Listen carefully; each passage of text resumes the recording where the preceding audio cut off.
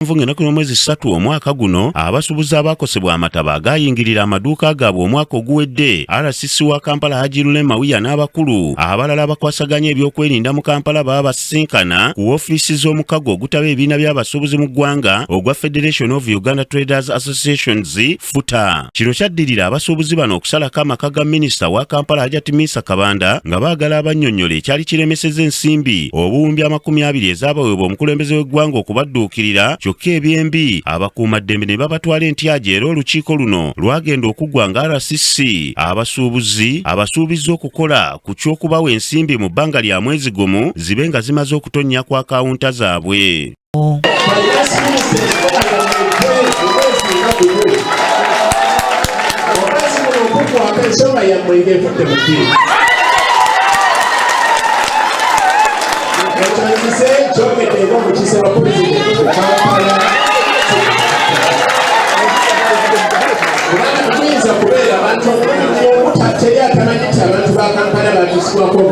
Kyokka ng'Abaganda bwe baalugera nti kyotannalya si kirungi ku kyesunga ng'ennaku z'omwezi 3 omwezi guno ogw'omunaana omwezi RCC gwe yasaba abasuubuzi lwe gwaggwako kyokka nga n'ebyokusasula abasuubuzi bikyalimu amatankane.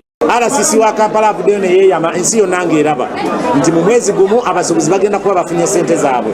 Bannange bintamye, nange njagala abantu bano bafune ssente. Abantu bali bubi basiba ku ofiisi wano nga siinawo wadde akasente nange akombawa. Kati ng'asinziira mu pulogulaamu ya Kingdom Torch ku KTV olunaku olwajjo, akulira omukago ogutaba ebibiina by'abasuubuzi mu ggwanga John Kabanda yalombozza obujiji bw'ayitamu olw'abasuubuzi okumukaabira ebizibu nga baagala obuyambi okuva gy'ali, n'ategeeza nga ne woofiisi y'abasuubuzi bw'agituulamu amatiitiri ng'atya abantu okumugwikiriza ne bamukaabira ebizibu. Kati abasuubuzi bakuba amasimu oba nkulageko ku missed calls eziri ku simu kuno okakase zino zonna missed calls njagala ozirabe ready.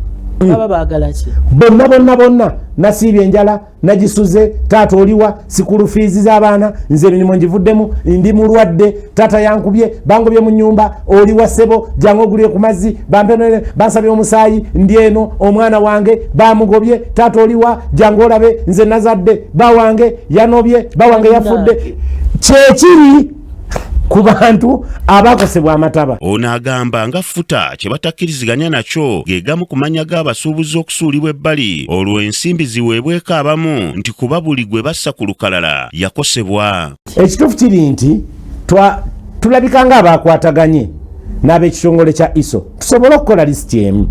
Naffe gye tutagenda kukola nga FUTA tetugenda kusayininga ku mannya nga waliwo abasuubuzi be baleseeyo. Agamba essuubi balirinamu RCC wa Kampala kuba akola butaweera okulaba nga abasuubuzi baweebwa ensimbi zaabwe, n'asaba abasuubuzi okusigala nga bakkakkamu kuba ensonga y'ensimbi z'amataba bagikutte kannabwala ne yeekokkola ababijweteka nti alina abakulu be yeekobwana nabo okwezibika ensimbi ezo.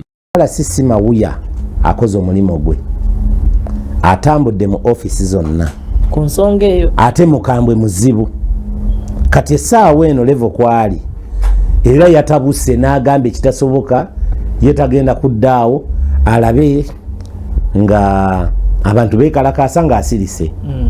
Era olwaleero luno nakedde kuba naye mu miitingi y'emu n'asaba tusooke tusisinkane entities zonna eziri mu nsonga eno era aziyise olunaku lw'enkya tugenda kutuula ababuuze kiki ekiganye abantu okusasulwa ssente zaabwe nga pulezidenti yazibawa. Namirimo Mary abasakidde eggulire lino ku lwa KTV amalindirire.